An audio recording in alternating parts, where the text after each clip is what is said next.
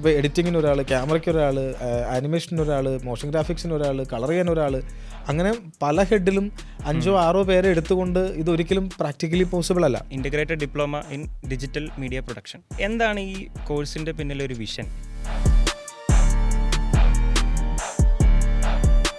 ഇന്ന് നമുക്ക് ചുറ്റും സോഷ്യൽ മീഡിയയുടെ അല്ലെങ്കിൽ ഡിജിറ്റൽ മീഡിയയുടെ ഭൂമി ഇത്രത്തോളം നിൽക്കുന്ന ഈ സാഹചര്യത്തിൽ ഒരു ടീ ആൻഡ് സ്നാക്സ് വിൽക്കുന്ന കടക്കാരൻ അല്ലെങ്കിൽ അങ്ങനെ ഒരു ബിസിനസ് തുടങ്ങുന്ന ഒരാൾ പോലും ആ കട തുടങ്ങിക്കഴിഞ്ഞ് കഴിഞ്ഞാൽ ഇൻഫ്ലുവൻസേഴ്സ് അല്ലെങ്കിൽ സോഷ്യൽ മീഡിയയിൽ സജീവമായി നിൽക്കുന്ന പല വ്യക്തികളിലൂടെയുള്ള മാർക്കറ്റിംഗ് സ്ട്രാറ്റജീസ് അപ്ലൈ ചെയ്ത് ഈ ഒരു പ്രസ്ഥാനത്തെ പബ്ലിക്കിലേക്ക് എത്തിക്കാൻ വേണ്ടിയിട്ടുള്ള എല്ലാ മാർഗങ്ങളും അയാൾ സ്വീകരിക്കും. അപ്പോൾ അതുകൊണ്ട് തന്നെ അത്തരം വീഡിയോസ് ചെയ്യുന്ന ഒരുപാട് ചാനലും നമുക്ക് മുന്നിൽ നിന്നുണ്ട്. അപ്പോൾ അതാണ് ഇതിൻ്റെ ഒരു സാധ്യത എന്ന് പറയുന്നത്. ഇന്നത്തെ കാലത്ത് ഈ ഒരു ഡിജിറ്റൽ മീഡിയ ഇല്ലാതെ നമുക്കൊരു പ്രസ്ഥാനവും നിലനിർത്താൻ സാധിക്കില്ല എന്നുള്ള അവസ്ഥയായി കഴിഞ്ഞു. ഈ സാധ്യതയാണ് നമ്മൾ ഒരു പ്രോഗ്രാമാക്കി മാറ്റുന്നത്.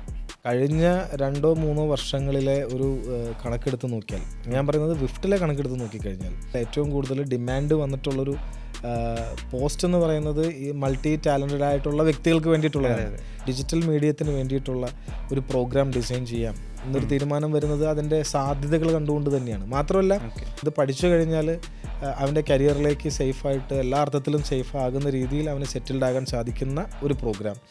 അതിനപ്പുറത്ത് നാളെ അവന് സിനിമ എന്ന് പറയുന്നൊരു സാധ്യതയിലേക്ക് പോകണമെന്ന് തോന്നിക്കഴിഞ്ഞാൽ അവിടേക്ക് പോകാൻ ആവശ്യമായിട്ടുള്ള ബേസ് ആയിട്ടുള്ള എല്ലാ ഇൻഫർമേഷൻ കൂടി ചേർത്തുകൊണ്ട് ആ വേർഡ് സൂചിപ്പിക്കുന്ന പോലെ ഒരു പ്രോപ്പർ ഇൻ്റഗ്രേറ്റഡ് പ്രോഗ്രാമാണ്.